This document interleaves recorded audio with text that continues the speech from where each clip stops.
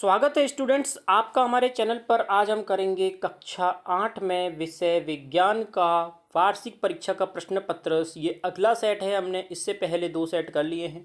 अगर आपने नहीं देखे हैं तो ज़रूर देखें, क्योंकि कोई ना कोई आपको एग्ज़ाम में देखने को ज़रूर मिलेगा। तो आपको सभी सेट्स करने हैं, अच्छे से तैयारी करनी है और पूरे में से पूरे नंबर लेके आने हैं। तो चलिए स्टार्ट करते हैं प्रश्न नंबर 1 से। निम्न में से कौन सा प्रतिजैविक है? स्ट्रेप्टोमाइसिन हो जाएगा उत्तर। निम्नलिखित में से किसको पीट कर पतली चादर में परिवर्तित किया जा सकता है? जिंक। निम्न में से कौन सा जीवाश्म ईंधन है? उपयुक्त सभी उत्तर हो जाएगा। आंतरिक निषेचन क्या है? मादा के शरीर में होता है। 4 बच्चों को लौटने की स्थिति तथा सर्पी घर्षण के बलों को घटते हुए क्रम में व्यवस्थित करना है। तो नीचे व्यवस्था दी गई है, कौन सी व्यवस्था सही होगी? स्टैटिक, सर्पी और लैटिनिक या फिर लॉटनिक रोलर बोलते हैं जिसे। ध्वनि संचरित हो सकती है ठोस द्रव्य गैसों में। 2 द्रव्य ए और बी के विद्युत के चालक की जांच करने के लिए संपृक्षेत्र का प्रयोग किया गया। यह देखा गया कि संपृक्षेत्र का बल्ब द्रव्य ए के लिए चमकीला दीप्त होता है, जबकि द्रव्य बी के लिए अत्यंत क्षीण दीप्त होता है। तो आप निष्कर्ष निकाल सकते हैं, उत्तर हो जाएगा द्रव्य ए द्रव्य बी से ज़्यादा चालक है। प्रश्न नंबर 8 है, निम्नलिखित में से किसे घर्षण द्वारा आसानी से अवशोषित नहीं किया जा सकता? तांबे की छड़ को। अगला रिक्तानु की पूर्ति करनी है। सूर्य का सबसे अधिक दूरी वाला ग्रह नेपट्यून होता है। एक स्थान पर एक ही प्रकार की बड़ी मात्रा में उगाए गए पौधे फसल कहलाते हैं। फसल है बच्चों। अगला देखिए, संश्लेषित रेशे कृत्रिम रेशे अथवा मानव निर्मित रेशे कहलाते हैं। अगला है, सोडियम और पोटेशियम को मिट्टी के तेल में क्यों रखा जाता है? आइए उत्तर देखते हैं। सोडियम पोटेशियम बहुत अधिक क्रियाशील होते हैं, अभिक्रियाशील होते हैं। ये ऑक्सीजन और जल के साथ अत्यंत तीव्र गति से अभिक्रिया करते हैं तथा ऊष्मा उत्पन्न करते हैं। यही कारण है कि मिट्टी के तेल में संचित रखा जाता है। प्रश्न नंबर 13 है, सूक्ष्म जीवों के मुख्य वर्ग कौन से हैं? 4 मुख्य वर्ग हैं, जीवाणु, कवक, प्रोटोजोआ और कुछ शैवाल। प्रश्न 14 है, रेड डेटा पुस्तक क्या है? इसमें पुस्तक में सभी संकटापन्न स्पीसीज को रखा जाता है या रिकॉर्ड रखा जाता है। पौधे, जंतु, अन्य स्पीसीज के लिए अलग अलग रेड डेटा बुक की पुस्तकें होती हैं। अगला है, कायांतरण किसे कहते हैं? आइए उत्तर देखते हैं। कायांतरण जिसे बोलते हैं मेटामॉर्फिस, लार्वा के कुछ विशेष परिवर्तनों द्वारा वयस्क जंतु में बदलने की प्रक्रिया को कायांतरण कहते हैं। उदाहरण के लिए टैडपॉल रूपांतरित होकर वयस्क में बदल जाता है, जो छलांग लगा सकता है, तैर सकता है और कुछ विशेष परिवर्तनों के साथ टैडपॉल का वयस्क में कायांतरण हो जाता है। अगला प्रश्न देखिए, क्या शुद्ध जल विद्युत का चालन करता है? यदि नहीं करता है तो चालक बनाने के लिए हम क्या कर सकते हैं? शुद्ध जल विद्युत का चालन नहीं करता है। इसे चालक बनाने के लिए इसमें कुछ बूंद तनु सल्फ्यूरिक अम्ल की मिला देंगे, या आप नमक भी मिला सकते हैं। अगला देखिए, तड़ित से अपनी सुरक्षा के 3 उपाय लिखने हैं। आइए देखते हैं।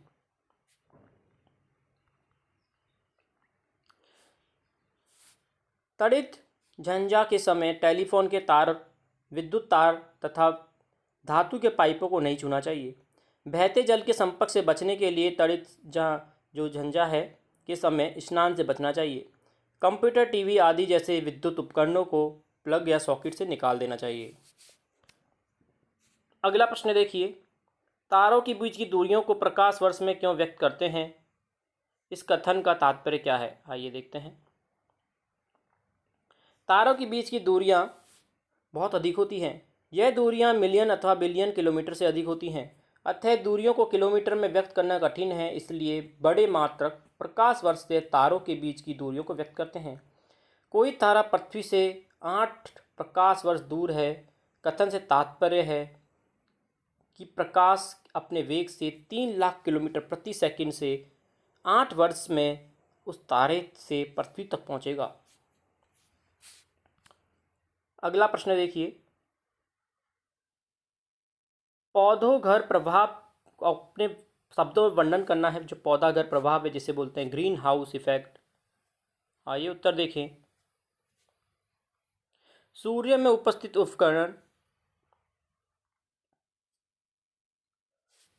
सूर्य में उपस्थित अवरक्त किरणें पृथ्वी की सतह पर पहुंचती हैं। अपने ऊष्मीय प्रभाव के कारण पृथ्वी की सतह अन्य वस्तुओं को गर्म करती है। कुछ विकिरणें पृथ्वी की सतह व अन्य धातुओं से परावर्तित हो जाती है और वायुमंडल को वापस भेज देती है, परंतु पृथ्वी द्वारा परावर्तित की गई विकिरणें वायुमंडल में उपस्थित कार्बन डाइऑक्साइड के अणुओं में पृथ्वी की सतह से परावर्तित होकर कई विकिरणें अवशोषित कर लेती हैं। इसलिए पृथ्वी का वायुमंडल गर्म हो जाता है और विकिरणों के कारण वायुमंडल के गर्म हो जाने को पौधा गर्भ प्रभाव भी कहते हैं। अगला देखिए, स्पष्ट कीजिए उर्वरक खाद से किस प्रकार भिन्न है। ये कवाद नहीं है, ये खाद है। उर्वरक और खाद में अंतर बताना है हमें। तो देखिए, उर्वरक लिखेंगे एक तरफ, खाद एक तरफ। उर्वरक रासायनिक पदार्थ होता है। खाद एक कार्बनिक पदार्थ जो गोबर, मानव अपशिष्ट और पौधों के अवशेषों से विघटन से बनता है। उर्वरक का उत्पादन फैक्ट्रियों में होता है। खाद खेतों में बनाई जा सकती है। उर्वरक से मिट्टी को ह्यूमस प्राप्त नहीं होती है, खाद से ह्यूमस प्राप्त होती है। उर्वरक में पादप पोषक जैसे नाइट्रोजन, फास्फोरस, पोटेशियम की प्रचुरता होती है। खाद में पादप पोषक की तुलना में कम होते हैं। अगला प्रश्न देखिए, थर्मोप्लास्टिक तथा थर्मोसेटिंग प्लास्टिक के बीच में अंतर बताना है। आइए अंतर देखते हैं। एक तरफ लिखेंगे थर्मोप्लास्टिक, एक तरफ थर्मोसेटिंग प्लास्टिक। ऐसा प्लास्टिक जो गर्म करने पर आसानी से विकृत हो जाता है और सफलतापूर्वक मुड़ जाता है, वह थर्मोप्लास्टिक कहलाता है। जैसे कि पॉलीथीन, पॉलीविनाइल और पीवीसी जिसे बोलते हैं। थर्मोसेटिंग प्लास्टिक क्या होते हैं? ऐसे प्लास्टिक जिन्हें एक बार सांचे में ढाल दिया जाता है, जिन्हें ऊष्मा देकर गर्म नहीं किया जा सकता, वह थर्मोसेटिंग प्लास्टिक कहलाते हैं। जैसे कि बेकेलाइट या मेलामाइन, जिसके कुकर के हैंडल या फिर कढ़ाई के हैंडल वगैरह बनते हैं, वह होते हैं थर्मोसेटिंग प्लास्टिक। अगला देखिए, वर्णन कीजिए मृत वनस्पति से कोयला किस प्रकार बनता है। आइए देखते हैं। कोयला उन वनस्पति अवशेषों, जो पेड़ पौधों के अवशेष हैं, बना है जो करोड़ों वर्षों तक पृथ्वी की सतह के नीचे गहरे दबे हैं। वनस्पति अवशेष धीरे धीरे पृथ्वी के अंदर दबते गए और उनके ऊपर कीचड़ तथा रेत जैसे कि तलछट, सेडिमेंट जमा होते गए। ऑक्सीजन की अनुपस्थिति तथा दाब, ताप और जीवाणुओं के मिले जुले प्रभाव से पेड़ पौधों में दबे हुए अवशेष कोयले में परिवर्तित हो गए और मृत वनस्पति के धीमे प्रक्रम द्वारा कोयले में परिवर्तन को हमें कायांतरण कहते हैं। अगला प्रश्न देखिए, प्रश्न नंबर 23 है,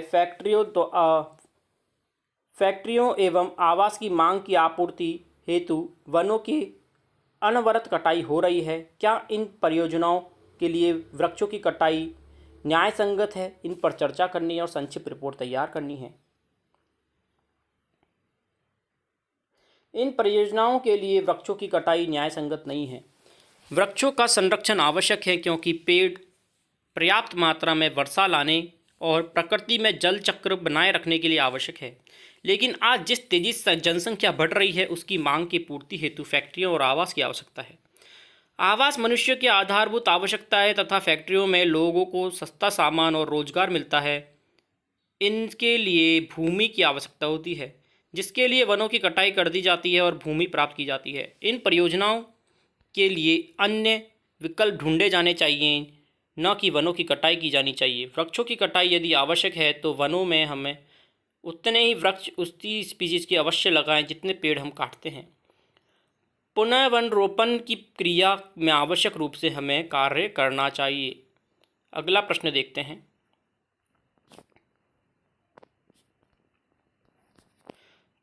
प्रश्न नंबर 24 देखिए, समझाइए कि जीवाश्म ईंधन समाप्त होने वाले प्राकृतिक संसाधन क्यों हैं। जीवाश्म ईंधन सजीवों के मृत अवशेषों बनते हैं और इन्हें बनने में करोड़ों वर्ष लगते हैं। प्रकृति में ये संसाधन सीमित हैं, इनके बनने की प्रक्रिया अत्यंत धीमी है, जबकि वर्तमान में इनका उपयोग तीव्र गति से हो रहा है, अतः जीवाश्म ईंधन समाप्त होने वाले प्राकृतिक संसाधन हैं। अगला प्रश्न देखते हैं, शुद्ध वायु और अशुद्ध वायु जो कि प्रदूषित वायु होती है उसका अंतर स्पष्ट करना है। एक तरफ लिखेंगे शुद्ध वायु जिसे बोलते हैं प्योर एयर, एक तरफ प्रदूषित जिसे बोलते हैं पॉल्यूटेड एयर। यह स्वच्छ और पारदर्शी होती है, यह स्वच्छ और पारदर्शी नहीं होती है। इसमें कोई गंध नहीं होती, इसमें दुर्गंध होती है। सूक्ष्म जीवों की अनुपस्थिति, इसमें सूक्ष्म जीव उपस्थित होते हैं। इसमें धुआं तथा धूल कण की उपस्थिति नहीं होती है और इसमें धुआं व धूल के कण की अत्यधिक उपस्थिति होती है। अगला प्रश्न है जो कोविड से रिलेटेड है। एक तो कोरोना क्या है और इस वायरस का संक्रमण किस प्रकार का होता है, ये आपको स्वयं करना है बच्चों।